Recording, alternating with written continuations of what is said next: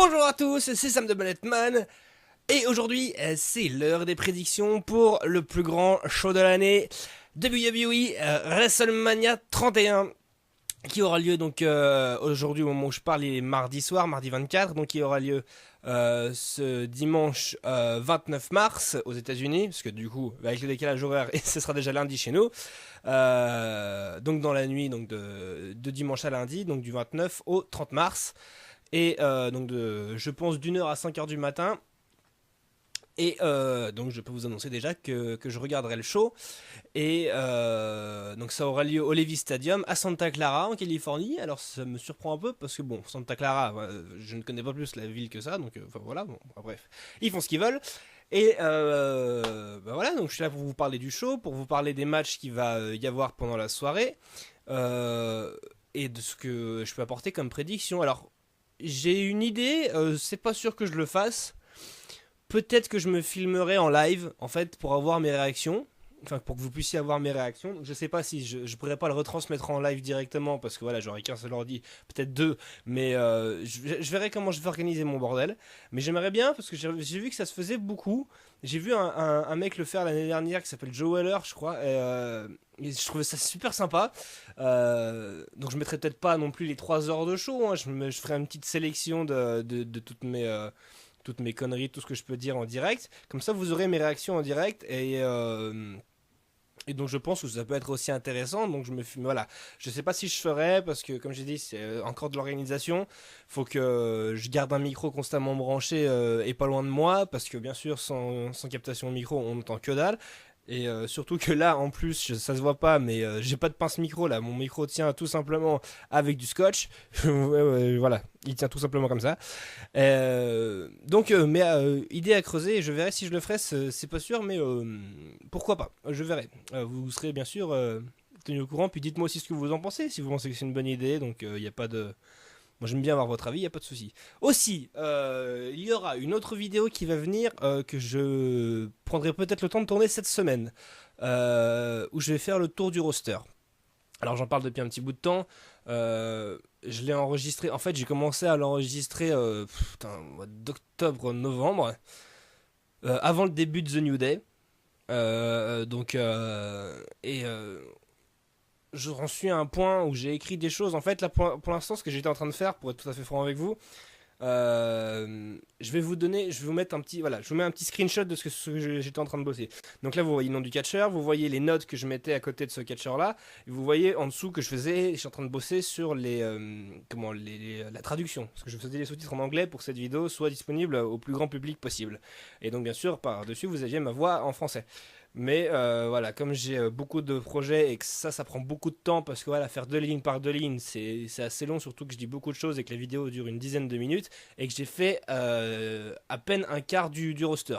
Donc ce que je ferai prochainement, c'est que je me mettrai sur le site de la WWE et je passerai en revue ce que j'ai à dire directement sur chacun des catcheurs et sur ce que je pense en ce moment, parce que voilà, les choses depuis le mois d'octobre ont quand même beaucoup évolué et je pense que c'est moi ça m'intéresserait de faire un petit point là-dessus et je pense que c'est aussi pour ça que je fais des vidéos sur le catch, c'est que je donne mon avis et puis après bon ça le but c'est de partager ça, donc voilà tout simplement.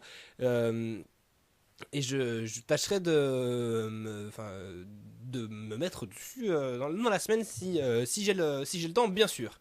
Voilà, assez parlé de moi, on va parler du catch maintenant, on va parler de la WWE et on va parler du kick-off de WrestleMania 31. Il s'agit donc d'un match pour le titre tag team. Donc qui comprendra Tyson Kidd et Cesaro, qui sont les actuels champions, qui affronteront donc 3 autres équipes. Donc c'est un Fatal 4-Way Tag Team. Ils affronteront Los Matadores, The New Day, donc qui sera composé pour le coup de Biggie et de Kofi Kingston, et des Usos, qui eux seront accompagnés de Naomi. Donc voilà. Alors maintenant je fais un système différent, c'est-à-dire que je prends des notes et je développe les sujets au fur et à mesure, donc ça va peut-être être un petit peu plus long que d'habitude, donc je préfère vous prévenir. On a le même kick-off que l'année dernière. Et oui, on a un Fatal 4-Way Tag Team Match pour le titre par équipe avec 4 équipes de 2. Et la seule différence, c'est que le Tyson Kidd et Cesaro et de The New Day, on avait Ryback Soul et les Real Americans. Et voilà, mais on a le même Tag Team. Enfin, le même match. Je trouve ça un peu dommage, ça aurait pu être un petit peu plus créatif. Et je pense que pour un kick-off, pour WrestleMania, enfin je veux dire, c'est WrestleMania quand même, hein, c'est le plus grand show de catch de l'année. Il y aura je sais pas combien de milliers de personnes dans le stade. Enfin, avec un match par équipe, surtout que la division par équipe intéresse de moins en moins de gens, je ne pense pas que ce soit une bonne idée. Il y aura beaucoup de monde en dehors du ring. Il y aura Natalia pour Tyson Kidd et Cesaro, il y aura El Torito, il y aura Xavier Woods qui sera là pour diriger son équipe, et il y aura Naomi, donc ça risque de faire un gros bordel et de partir un petit peu dans tous les sens, donc ça peut être à chaque fois, ça peut être à la fois une bonne et une mauvaise chose. Donc bien sûr à voir pendant le show. Ah oui, c'est quand même chaud de se dire que l'équipe la plus populaire dans celles qui sont là pendant le match, c'est quand même l'équipe Heel, c'est Tyson Kidd et Cesaro. C'est vous dire si les gens n'ont vraiment plus rien à foutre quoi. Les Usos, depuis que les Usos sont plus champions, et même déjà quand ils étaient champions sur la fin de leur règne, les gens ont commencé à laisser tomber, en avoir un peu plus rien à foutre. Moi je peux comprendre aussi que les gens en avaient marre de voir constamment les Usos champions, mais c'est vrai que la division tag team est en train de perdre de sa valeur. On nous vendait bien sûr l'arrivée de The Ascension, c'était pas un flop, c'était une hécatombe. Mais je reviendrai bien sûr plus amplement dessus, parce que voilà, The Ascension, voilà, ils ont rien eu quoi concrètement depuis qu'ils sont arrivés là. On n'a pas arrêté de m'en parler et bah non. Alors je sais pas si à la NXT c'était mieux que ça, j'espère quand même, mais ouais voilà quoi, j'attends mieux quoi. Donc voilà, le match aura beau être valdingant dans tous les sens, j'ai peur que ça intéresse pas beaucoup le public, et c'est pourtant le but d'un kick-off, c'est de chauffer le public, et j'ai une peur que ça ne marche pas.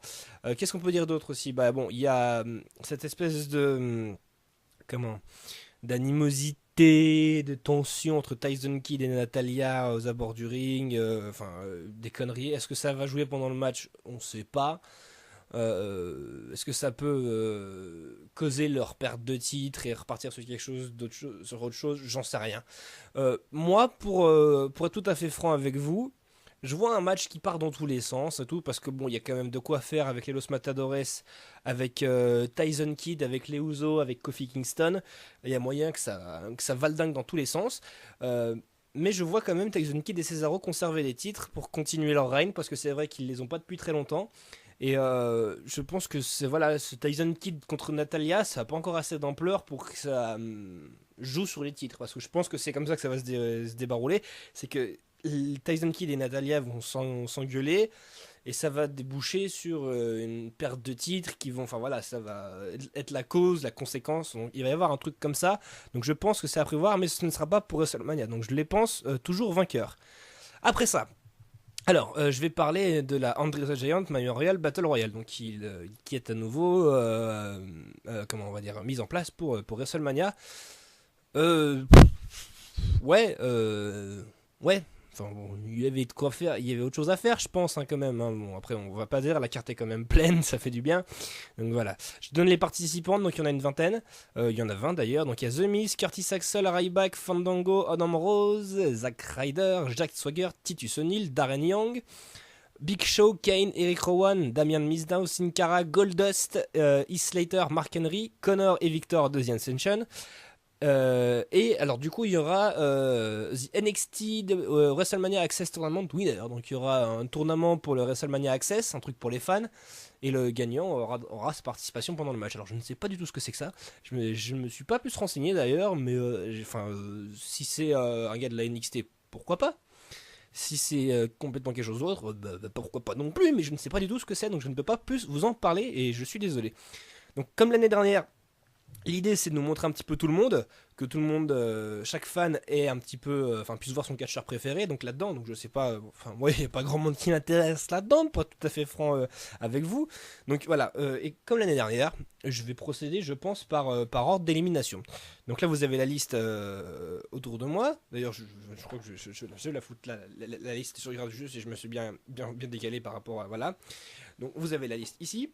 Donc je pense que pour déterminer le winner, on peut faire par élimination. On peut déjà éliminer ceux qui n'ont même pas exprimé l'envie de gagner cette Battle Royale. On peut aussi enlever les équipes, ou ceux qui ont carrément rien à foutre là, hein. Ceux pour qui cette victoire ne servira à rien. Et du coup, on se retrouve tout simplement avec The Miz, Curtis Axel, Ryback, Big Show, Kane, Mark Henry et Damien Mizdow. Tout ça mixé, comme ça, là. Je le ressors en mode liste de gagnants potentiels. Et voilà. Donc ça nous donne Damien Mizdow en premier. Ensuite Kane, Big Show, Mark Henry, Ryback, le Miz et Curtis Axel. Alors, pourquoi ? Parce que je pense qu'il est temps pour Damien Mizdow de faire son gros, pas face turn parce qu'il l'a déjà fait, mais d'enfin se défaire du Miz. Et je pense que c'est les bons moments pour sa consécration, pour qu'il soit enfin défait, parce que voilà, le Miz a essuyé une défaite la semaine dernière à Raw. Damien Mizdow est venu le voir et il s'est pris un skull crushing finale, voilà, tout simplement. Donc là, ça a montré vraiment la fin. Et je pense que c'est enfin le moment pour que Damien Mizdow fasse sa route sans le Miz. Et quel meilleur moyen que de gagner l'André the Giant Memorial Battle Royale. Kane et Big Show, ils en ont pas vraiment besoin non plus d'ailleurs, hein, si ce n'est que pour... Enfin, il y a une petite tension entre les deux bonhommes, est-ce que ça peut l'alimenter ? Oui, certainement, mais je ne vois pas l'un des deux gagner, quoi. Faut forcément que ce soit un face qui gagne. Et quand on regarde là-dedans, en face, il y a Mark Henry et Ryback en autre. Et Ryback, il en a pas besoin spécialement. C'est pas assez showman pour que ça intéresse les gens, parce que c'est vrai que Cesaro avait mis la barre très haute l'année dernière. Mark Henry, bon, à part pour son retour éventuel, mais c'est pareil, c'est comme pour Ryback, ça va pas être une victoire aussi énorme que ça. Donc je pense, si la WWE reprend son goût du spectacle, je pense que ce sera Damien Mizdow qui gagnera la Battle Royale. Après ça, je vais parler donc de AJ Lee qui fera équipe avec Paige contre les Bella Twins, donc Nikki et Brie.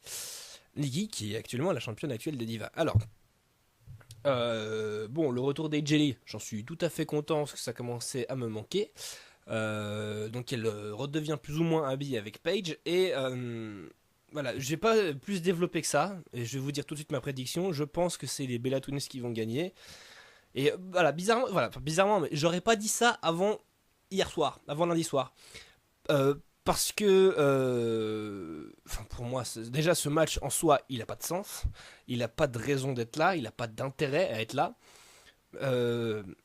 Donc du coup, partant de là, j'aurais donné Paige et AJ sortantes vainqueuses, gagnantes de ce match-là. Et du coup, elles se sont mises sur la gueule à Raw hier soir. En fait, il y a eu un match pour le titre des Divas entre Paige et Nikki Bella. AJ qui était aux abords du ring est venu aider Paige en dégageant Brie Bella. Paige, elle voulait la remercier en tapotant dans le dos à AJ, et AJ, par plus réflexe, croyant que c'était Nikki Bella, elle a balancé un grand coup de coude dans la tronche à Paige sans faire gaffe. Ce qui lui a coûté d'ailleurs le match, et du coup à la fin du match, elles se sont explosé la tronche. Donc du coup, bon, c'est pas de l'animosité, hein, c'est carrément, voilà, vous avez compris l'idée, ça va exploser, je pense, à WrestleMania, il n'y a pas de raison qu'elles se réentendent bien. Il n'y a pas de raison de les faire gagner pour que après elles se refoutent sur la tronche. Enfin, je sais pas. Et même si elles se refoutent pas sur la tronche, je veux dire, dans ce cas-là, pourquoi nous avoir vendu l'idée qu'elles se battent à Raw ? Donc du coup, utilisant toute la logique que j'ai dans ma tête, je pense que c'est les Bella Twins qui vont gagner. Et une fois encore, comme je vous le dis, ça n'a pas grand intérêt. Mais en plus, moi, j'en ai marre. Mais maintenant, faut qu'on vire le titre des Divas. Faut qu'on l'enlève à Nikki Bella. C'est plus possible. La division Diva, elle est quand même au plus bas depuis ces derniers mois, voire plus. Hein. Là, ça commence à craindre vraiment. Hein. Il y a plus de course au titre. Nikki Bella, elle ne vend même plus son titre. À part le VO quand elle gagne un match, ou quand c'est sa sœur qui gagne un match, ou juste pour provoquer, elle le vend pas, quoi. Je veux dire, il n'y a pas de promo derrière ça. Et cette division Diva qui a grandement besoin de respirer, d'avoir un second souffle, c'est pas possible avec une championne comme Nikki Bella. Pour moi, il y a Paige et AJ en haut de la liste. On peut rajouter Natalia si on prend le niveau à côté. Mais Nikki Bella, quoi. Même Brie Bella ferait une meilleure championne, quoi. Enfin, c'est pas possible. Faut vraiment arrêter. Mais bon, je vais m'arrêter maintenant, parce que sinon, on est parti jusqu'au bout de la nuit. Et je vais simplement résumer en disant que je pense que les Bella Twins vont gagner ce match-là. Après ça, On va parler du copain de Nikki Bella, je parle bien sûr de John Cena, qui affrontera Rusev pour le titre des États-Unis. Alors, plusieurs points, on a quand même une grosse promo sur ce match-là. Bon, après, c'est vrai que c'est dans les habitudes de John Cena de vraiment promouvoir son match tous les jours, à chaque fois qu'il est là. Bon, il ne le fait pas à SmackDown, il le fait beaucoup à Raw, mais il le fait bien. C'est une vraie chance pour Rusev de pouvoir affronter John Cena, parce que c'est son premier WrestleMania à Rusev, hein, quand même. Il est arrivé le lendemain de WrestleMania 30, et pour son premier WrestleMania, va quand même affronter John Cena pour un titre, quoi. Je veux dire, c'est une sacrée chance qui lui est offerte, et il va pas falloir qu'il fasse n'importe quoi. Mais bon, j'ai pas été globalement déçu par les prestations de Rusev dans les mois précédents. Ah oui, elle est où Lana? Lana, elle est passée où? Ils l'ont vendu pour boire un coup? Comment ça se passe? Enfin, je sais pas. Parce que là, précédemment, il y a eu la semaine dernière, il y a eu une signature de contrat entre John Cena et Rusev. Rusev, il avait ramené un mec, un espèce d'avocat qui avait les mêmes lunettes qu'Elton John. Mais j'ai pas vu de Lana. Pareil, là, lundi à Raw, Rusev avait un match contre Jack Swagger. Je n'ai pas vu Lana. Elle est où? Alors, est-ce qu'elle sera là pendant le match? J'en sais rien. Est-ce qu'elle s'est séparée de Rousseff dans la vraie vie? Parce que oui, il faut savoir que Rousseff et Lana sont ensemble, ils sont en couple dans la vraie vie, donc peut-être, j'en sais rien, on sait pas. Rousseff en ce moment d'ailleurs, en parlant de lui, il a le lead hein, sur Cena. C'est lui qui a quand même les derniers mots la plupart du temps, hein, et on est même en train de nous vendre. La WWE est même en train de nous vendre comme quoi ce serait peut-être le dernier match de John Cena, enfin le dernier WrestleMania de John Cena ou une connerie comme ça. Moi j'y crois pas trop. Euh, je vais reprendre ce que je disais aussi l'année dernière en parlant de John Cena. Il continue son déclin, si vous voulez, quant à l'importance de ses matchs à WrestleMania. J'avais fait l'année dernière, si vous vous rappelez, les 5 derniers matchs que John Cena avait fait. À chaque fois c'était pour un titre. L'année dernière, il affrontait Bray Wyatt, c'est quand même un cran en dessous. Et là, c'est encore un cran en dessous, je trouve, Rousseff, hein, même si c'est pour les titres US. Enfin, John Cena, il en a plus besoin du titre US. Il a 37 ans, enfin je crois, mais dans cette zone-là, mais ça continue de descendre. Moi, alors, je sais pas si c'est la fin de carrière ou. Enfin, je trouve ça un petit peu dommage. Pour lui, il mériterait peut-être un peu mieux. Bon, après, faut prendre ça du point de vue d'en face. Faut dire aussi que c'est une chance pour Rousseff de pouvoir affronter John Cena. Le titre US d'ailleurs, pour John Cena. Enfin, dites-moi ce que vous en pensez. Moi, comme je l'ai dit, soit c'est une descente pour la carrière de John Cena, de redescendre, parce que bon, il a quand même concouru pour les titres majeurs de la WWE pendant les 5, 6, 7 dernières années. Je l'ai pas revu avec. Enfin, si, il était une fois champion par équipe avec David Otunga, mais c'était pendant la période Nexus, mais ça on s'en fout. Mais voilà, là pour la première fois depuis un paquet d'années, il va redescendre au titre US, redescendre entre guillemets. Ou alors après, comme je disais, on pourrait voir dans l'autre sens, c'est pour redonner du prestige à la ceinture des États-Unis. Pourquoi pas? Ce match, je trouve qu'il manque de stipulation. Parce que c'est un rematch de Fastlane. Que John Cena a été jusqu'à soumettre Rusev comme pas possible pour que Lana accepte le match. Et je trouve que c'est dommage de ne pas ajouter de stipulation. Un match à soumission, un match à quit, un match, j'en sais rien, un steel cage, un false count anywhere, n'importe quoi, même un sans disqualification. Je veux dire, c'est WrestleMania, c'est dommage. Il y en a pas beaucoup des stipulations, il n'y en a qu'une seule, quoi. C'est les matchs intercontinentaux, j'y viendrai après. Et autre chose, pas mal de gens sont mis à s'en plaindre. Ce serait bien, pour une fois, que ce match ne soit pas trop long. Parce que c'est vrai que John Cena a l'habitude de faire des grands matchs qui tiennent bien la route, mais là, c'est pas un main event. Il faut pas non plus que ça dure trop longtemps. Je pense que 15 minutes de match, ça suffirait amplement. Voilà, j'ai établi mes arguments. Ma conclusion. Faire perdre John Cena à WrestleMania, ils n'ont pas voulu l'année dernière. Hein. Et là, cette année, je ne pense pas qu'il essuiera une deuxième défaite d'affilée. Donc je parle bien sûr par rapport à Fastlane. Voilà, il n'a pas demandé un rematch pour perdre à nouveau. À moins que ce soit vraiment la fin de carrière pour John Cena, mais enfin voilà quoi. Là aujourd'hui, il commence à regagner un petit peu de popularité parce que, à part son slogan, il a autre chose à défendre. des États-Unis en tant que voilà dans le cas présent. Et donc ce serait dommage. Moi je pense que John Cena va gagner et on verra bien ce qu'il fera du titre US quand il l'aura dans sa main. Ensuite, je vais parler de Randy Orton contre Seth Rollins. Alors, comment ça s'est passé? Randy Orton a donc été blessé et évincé de l'autorité euh, pas très longtemps après les Survivor Series. Il est revenu pendant le Royal Rumble, il est revenu. Et il a réintégré l'autorité, mais dans le simple but de pouvoir enfin se venger face à Seth Rollins. Oui. Et donc il a eu un match par équipe avec lui.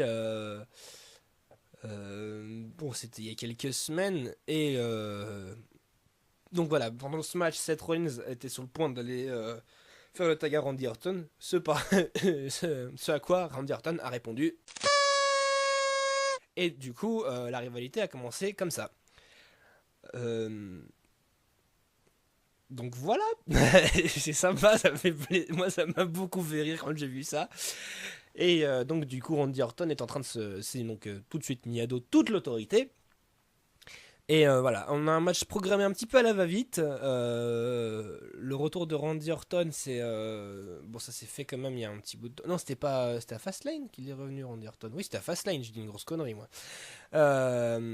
Mais voilà, d'un autre côté, c'est bien construit. Je trouve que voilà, Seth Rollins, il a fait l'effort de venir à Raw et à SmackDown pour vendre ça, et c'est une bonne chose. Pareil, quand on y pense, lui aussi, c'est son premier WrestleMania en solo, parce que l'année dernière, il était avec The Shield, il affrontait les New Age Outlaws, et donc du coup, je pense que c'est cool pour lui de pouvoir affronter Randy Orton en 1 contre 1. Bon alors après, ce match en soi, il n'est pas d'une grande utilité, à part confirmer le retour de Randy Orton. Euh, voilà, ce serait bien aussi qu'on voit ce dont Seth Rollins est capable sur le ring, parce qu'il est capable de beaucoup plus de ce que la WWE nous montre en fait. Il a vraiment un catch immense et un niveau incroyable, mais que son statut de heel ne lui permet pas de montrer au grand public. Pareil, c'est un match qui manque de stipulation, parce que voilà, comme on sait que Seth Rollins a beaucoup de monde derrière lui, il a toute l'autorité, donc J&J Security, Big Show Kane, Triple H Stephanie McMahon, enfin voilà, et bientôt il va avoir toute une armée derrière lui pour le protéger pendant le match, parce que voilà, parce qu'il risque d'y avoir de l'interférence. Donc c'est dommage qu'il n'y ait pas de stipulation. Donc voilà. Par contre, voilà, partant de tout ça, je pense que c'est lui qui va gagner. Je pense que Seth Rollins va gagner par aide à l'extérieur ou connerie du genre. Et je pense que la revanche de Randy Orton, la revanche complète pour enfin avoir ses mains sur Seth Rollins, mérite d'être plus attendue. Pourquoi pas à Extreme Rules avec une grosse stipulation? Je pense que ce serait le meilleur choix possible. Moi, j'ai envie de parier là-dessus, donc je donne Seth Rollins gagnant de ce match-là. Et peut-être pas un match très très long non plus, hein, donc, mais avec une interférence extérieure, pourquoi pas. Donc Seth Rollins vainqueur de Randy Orton, voilà ce que j'en pense. Après ça, je vais parler assez longuement du match de l'Undertaker qui affrontera donc Bray Wyatt. Alors, il y a quelque chose qui me chagrine beaucoup. Ceux qui ont vu ma review de Fastlane vont comprendre ce que je vais dire. J'attendais beaucoup de voir l'Undertaker et Bray Wyatt face à face et se disputer la promo pendant les semaines qui précédaient WrestleMania. Et du coup, bah, c'est pas un goût amer que j'ai là dans la bouche. Enfin, vous imaginez, parce que l'Undertaker n'est pas apparu une seule fois. C'est Bray Wyatt qui fait toute la promo et on est en point de se demander même si l'Undertaker va se pointer à WrestleMania. Et là, je dois vous dire que c'est vraiment dommage. Et je m'attendais. Voilà, c'était un truc. Je trépidais d'impatience parce que voilà, j'avais vraiment envie de voir ces deux personnages s'affronter. Je pense il y a quelque chose de.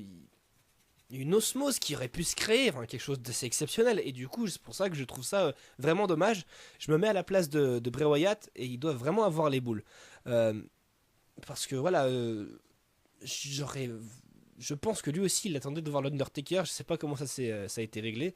Et du coup voilà, il a tellement fait tout le travail que j'ai presque envie que ce soit lui qui gagne pour tout ce qu'il a fait quoi. Par contre après sa défaite l'année dernière, l'Undertaker de l'Undertaker, l'issue du match elle est plus incertaine que jamais. Il a perdu. Maintenant, est-ce qu'il est, on est dans ce point de se demander, est-ce qu'il va pas perdre une deuxième fois? Ça me ferait mal quand même qu'il perde face à Bray Wyatt d'un point de vue technique et d'un point de vue enfin, on pourrait aussi dire quoi, voilà quoi. Si ça soulignerait que Brock Lesnar et enfin que Bray Wyatt a du même niveau que Brock Lesnar. Enfin bon, vous savez aussi bien que moi que Bray Wyatt est carrément meilleur, mais je veux dire dans le niveau, si on se rentre dans l'histoire, enfin voilà, vous comprenez ce que je veux dire quoi. Ça voudrait dire que Bray Wyatt serait capable de battre Brock Lesnar. Enfin voilà, non, l'idée c'est ça. On peut aussi envisager que ce soit le dernier match de l'Undertaker. Il a eu 50 ans aujourd'hui d'ailleurs. Hein. Là, le 24 mars, au moment où je parle, il a eu 50 ans. Pour un dernier match, je pense qu'il vaudrait peut-être mieux une défaite, histoire de, voilà, de confirmer, de clôturer. Si c'était vraiment son dernier match et qu'il devait le gagner, il l'aurait peut-être annoncé avant. Enfin, il aurait fait il serait venu quoi. Voilà, malgré une issue de match incertaine, je donne quand même l'avantage à l'Undertaker. Argument principal, je ne le vois pas perdre 2 années de suite. Ce serait un missile dans les ruines de son héritage qui est déjà quand même bien défoncé à cause de Brock Lesnar. Même si par rapport à Bray Wyatt, je pense qu'il ne le mérite pas, l'Undertaker va gagner selon ce que je pense. Mais c'est un match vraiment que j'ai hâte de voir. J'ai hâte de voir ces deux personnages s'affronter. C'est des icônes maintenant, hein, presque. Hein, parce que quand on voit le travail de Bray Wyatt, c'est quand même. Il a pas fait les choses à moitié. Et j'avais qu'une hâte à chaque fois que je voyais une promo de Wyatt. J'avais envie que l'Undertaker débarque. Et enfin, il était là, mais enfin, pas physiquement, quoi. Je veux dire, il y a eu la réponse pour son challenge à WrestleMania. Elle s'est faite sur un écran. C'est dommage, quoi. On verra bien comment ça se passe pendant le show. Moi, je pense que l'Undertaker va quand même gagner son match. Après, je vais parler sans doute du match qui m'intéresse le plus pour la soirée. Le match pour le titre intercontinental. Un match à échelle. À 7 catcheurs. Bad News Barrett, Dean Ambrose, Stardust, R-Truth, Luke Harper, Dolph Ziggler et Daniel Bryan. Que du sur-lourd niveau catch dans le ring, sauf peut-être R-Truth. Et ça promet, ça peut que promettre, voilà, avec des mecs comme ça, enfin, ça donne envie, quoi, je veux dire, c'est quand même énorme. Moi, j'ai vraiment hâte à ça, puis voilà, là, le titre intercontinental, putain, là, il a du goût, là, ça fait du bien, moi, je suis content, j'ai vraiment hâte à ce match-là. Puis voilà, non, mais que du bon catcheur, que des bons catcheurs là-dedans, donc ça ne peut pas être mauvais. Tout leur talent cumulé, ça va forcément donner quelque chose de gros. Et bon, j'espère bien sûr que je ne serai pas déçu et que je vais essayer de me calmer pour pas avoir de trop grosses attentes. On sait jamais ce que la WWE peut nous faire comme entourloupe. Donc voilà. En ce moment, on peut dire que c'est Dolph Ziggler qui a plutôt le vent en poupe. C'est lui qui cumule les victoires contre Daniel Bryan en match par équipe, tout ça. Je pense qu'il y a trop de beau monde pour que Bad News Barrett reparte vainqueur. Je pense vraiment que le titre va changer de main pendant ce show-là. Ce serait vraiment une bonne idée, sachant que le match risque d'être énorme. Si ça se termine pas sur un changement de titre, ce serait du gâchis, quoi. En ce moment, oui, donc que j'explique quand même, tout le monde se passe le titre, hein, donc parce que ça a commencé le lendemain de Fastlane, où Dean Ambrose avait a volé le titre intercontinental à Wade Barrett, et puis après c'est R-Truth, et puis Daniel Bryan, et puis enfin tout le monde se l'est passé. Il jouait à la patate chaude, pardon, il jouait à la patate chaude avec. Donc c'est drôle, quoi, je veux dire, c'est marrant comme promo au final, c'est assez inédit, c'est drôle. Et donc voilà, enfin c'est cool, encore une fois, c'est inédit. L'issue du match, je pense que ça se jouera entre Daniel Bryan, Dean Ambrose et Dolph Ziggler. Daniel Bryan, il n'a pas eu grand chose depuis son retour, il était même pas à Fastlane, il était dans le Royal Rumble et il s'est fait éliminer assez rapidement, trop rapidement, et donc il n'a pas eu grand chose. Donc ce serait une bonne chose pour lui d'avoir le titre par équipe, le titre intercontinental. Dean Ambrose, il était moins présent qu'avant en ce moment. C'est vrai que c'est lui qui a commencé tout ça. C'est lui qui a réclamé le titre intercontinental à Wade Barrett. C'est lui qui il l'a forcé à signer le contrat pour avoir un match à Fastlane. Euh, c'est bizarre de ne moins le voir comme ça. Puis donc comme j'ai dit, donc c'est Dolph Ziggler qui a le vent en poupe en ce moment. Si on regarde, au final, tous les catcheurs méritent de gagner. Ils ont tous des niveau in-ring, hein, bien sûr, je parle. Après, voilà. Dire que ce sera soit Daniel Bryan, soit Dolph Ziggler, soit Dean Ambrose, c'est trop facile. Donc du coup, je vais donner une prédiction plus précise. Et là encore, je dois vous dire que je suis pas sûr de moi. C'est vraiment l'issue du match la plus incertaine de WrestleMania. Je pense que ce sera. Moi, j'ai mis mon. C'est pas une prédiction, c'est un pari. Je mets ma mise sur Daniel Bryan. Euh, Parce que Dean Ambrose, au final du titre, il pourra l'avoir peut-être plus tard face à Daniel Bryan, pourquoi pas. Dolph Ziggler, même si les gens sont fans de lui face à Daniel Bryan, les gens préféreront Daniel Bryan. Donc voilà. Je pense que Daniel Bryan repartira avec le titre intercontinental et ce serait quand même bien pour lui parce qu'il faut quand même se rappeler que l'année dernière il a fait 2 matchs. C'est lui qui a conclu le main event avec une grosse victoire et que là cette année il se retrouve au titre intercontinental. Donc ce serait bien pour sa carrière que ce soit lui qui gagne. Ensuite, on va arriver à Triple H contre Sting. Un match que j'attends avec beaucoup beaucoup d'impatience. Sting arrive enfin fréquemment pendant les shows. Enfin, il est arrivé lundi dernier et hier soir. Et ça manque presque une stipulation au final, ou alors un enjeu. Je sais pas, la carrière de Triple H, une connerie comme ça. Parce que c'est vrai qu'au final, quand on regarde ce match, il est assez vide, hein. C'est, je veux dire, en termes de pas de construction, mais de raisons, d'enjeux. Voilà, les raisons de Sting, elles sont pas assez claires, elles sont pas assez pesantes. Euh, Malgré une grosse attente de la part du grand public de ce match-là, on a très peu de sens et de raisons qui peuvent être accordées à ce match-là, en fait. Euh, Même si beaucoup de gens ont hâte de voir Sting en action sur le ring, euh, enfin, moi, voilà, comme je l'ai dit, c'est quand même vide de raison, quoi. Il n'y a pas de.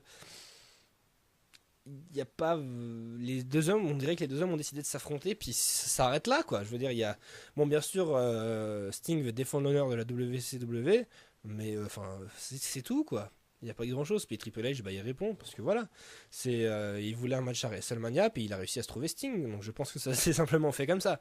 Donc je vais pas en dire plus grand chose que ça, même si c'est vrai que niveau catch et niveau spectacle, j'attends de voir ça avec beaucoup d'impatience.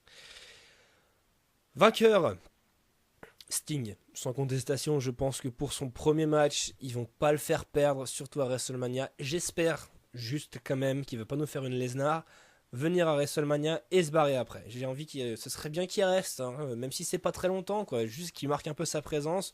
Autrement qu'en une apparition au Survivor Series et puis arriver en pointillé jusqu'à WrestleMania, quoi. Ce serait dommage. Après ça, donc je vais parler, pardon, du main event. Il s'agit de Roman Reigns contre Brock Lesnar pour le titre WWE poids lourd. Alors, il y a beaucoup à dire sur ce match-là. Pour moi, je vous l'avoue tout de suite, c'est pas un main event. C'est pas un main event de WrestleMania à mon sens. Je trouve que Roman Reigns, il a pas les épaules. Il est pas prêt. C'est trop tôt pour lui. Comme je l'ai dit l'année dernière, il catchait pour The Shield en tout début de show. Et là, les dirigeants de la WWE n'ont. Comment je pourrais formuler ça? Ils l'ont propulsé sur la Lune sans avoir s'il avait assez d'oxygène pour y survivre. Si vous voyez l'image. Il a, il a une popularité grandissante et après les gens ont senti que c'était le nouveau Babyface, le nouveau Superman que la WWE voulait pousser à fond. Et c'est ce qui a fait aussi, je pense, qu'au Royal Rumble il s'est fait huer parce que tout devenait tellement prévisible que ça avait plus guère d'intérêt. Et je pense que c'est trop tôt. ce qui aurait été plus intéressant, ça aurait été de le foutre dans un match face à Bad News Barrett, voilà, de l'inclure dans le... Bon, il avait gagné le Royal Rumble, mais ça aurait été quand même cool de l'inclure, je pense, maintenant qu'il est sous l'aile de la WWE, de l'inclure dans le match pour le titre intercontinental. Niveau évolution de carrière, il a pris une ascension bien trop fulgurante pour pouvoir la supporter. Et ça va être vraiment chaud pour lui. Ça va être un vrai crash test pour tout le reste de sa carrière. C'est-à-dire que ça va être tout ou rien. Et je crois que je sais même pas si lui-même, Roman Reigns, réalise l'importance de ce match-là. Va vraiment falloir qu'il assure et qu'il se démarque parce que sinon ça peut vraiment lui flinguer sa carrière. C'est pour ça que ce match me fait très très peur. Et je vais avoir les yeux rivés sur Roman Reigns tout le long du match. Euh, Après, je dois avouer aussi que j'ai du mal à voir Roman Reigns avec le titre sur les épaules. Passer de Lesnar à Roman Reigns, c'est quand même un sacré, il y a quand même une sacrée différence une sacrée différence. Lesnar, il a quand même des années d'expérience derrière lui. Roman Reigns, c'est sa première année en solo dans le roster principal. Bon, après, c'est vrai que la WWE lui fout tout sur un plateau d'argent, mais moi j'ai du mal à voir ça, à le voir avec le titre. Pas tout de suite, voilà. Après, d'un autre côté, j'aimerais que le titre soit un peu plus présent à la WWE plutôt qu'à moitié là, quoi, en fait. Hein. Enfin, quand Lesnar veut bien se montrer, quoi, simplement. Aussi, quant à l'issue du match, faut se dire que voilà, l'Undertaker a pas pu battre Brock Lesnar. Mais Seth Rollins, mais Roman Reigns pourrait, sérieux, ça voudrait dire que Roman Reigns est meilleur que l'Undertaker. Enfin voilà, vous voyez c'est un marasme hein, quand même. Hein, c'est un match qui pose beaucoup de questions. Et dès le début, dès que ça a été annoncé, je me suis dit ça pue quand même. Ça peut, ça sera un extrême ou l'autre pour ce match-là. Ensuite, pour la fin du, pour parer à toute éventualité, est-ce qu'on peut éventuellement penser à un cash de Seth Rollins pour sa mallette Money in the Bank? Non. Sauf pour flinguer le show. Ce serait. Et s'il cache sa mallette, ce sera sur Roman Reigns. Parce que je le vois pas caché face à Brock Lesnar. Ça a pas de sens. Faut mieux faire ça sur un personnage. Euh, Face, oui, putain, je vais y arriver. Je commence à être fatigué. Il va falloir que je speed pour finir ça. Donc voilà. Je ne pense pas que cette Rollins viendra. Peut-être qu'il fera une tentative et que Roman Reigns l'enverra bouler ou une connerie comme ça. Ah oui, aussi. C'est quand même Paul Heyman qui porte toute la promo sur ses épaules. Hein. Roman Reigns, il arrive en deuxième. Hein. Il est là hein, pour se défendre, hein, mais il arrive en deuxième. C'est ça le problème, c'est qu'il est là sans être là. Et encore une fois, c'est quelque chose que je peux reprocher à Roman Reigns et que merci Paul Heyman quoi, de faire ça pour lui parce il excelle. S'il y a bien quelqu'un sur qui tout le monde doit se s'inspirer, en qui tout le monde doit s'inspirer, c'est pour faire des belles promos, c'est Paul Heyman. Donc voilà, maintenant, globalement, pour le résultat de ce main event, en arriver là pour que Lesnar reparte avec le titre, ce serait du grand n'importe quoi, à moins que Roman Reigns fasse une grosse perf. Et là, et uniquement dans ce cas-là, ça pourrait être cool. Et ce serait peut-être même la solution la plus judicieuse. Parce que ça aurait montré le niveau de, de Roman Reigns sans avoir à lui offrir tout ce qu'on. Lui offrir le titre directement, quoi, je veux dire. Et à le pousser au numéro 1. Ce serait pour moi, ce serait la meilleure idée. Mais non, voilà, dans ce cas-là, je pense que ce serait dommage d'avoir fait toute cette promo sur Roman Reigns pour qu'il perde le titre. Et puis surtout, j'en ai marre de voir Brock Lesnar avec le titre. Donc voilà. Comme j'ai dit, il serait poussé sans que tout lui soit offert sur un plateau d'argent.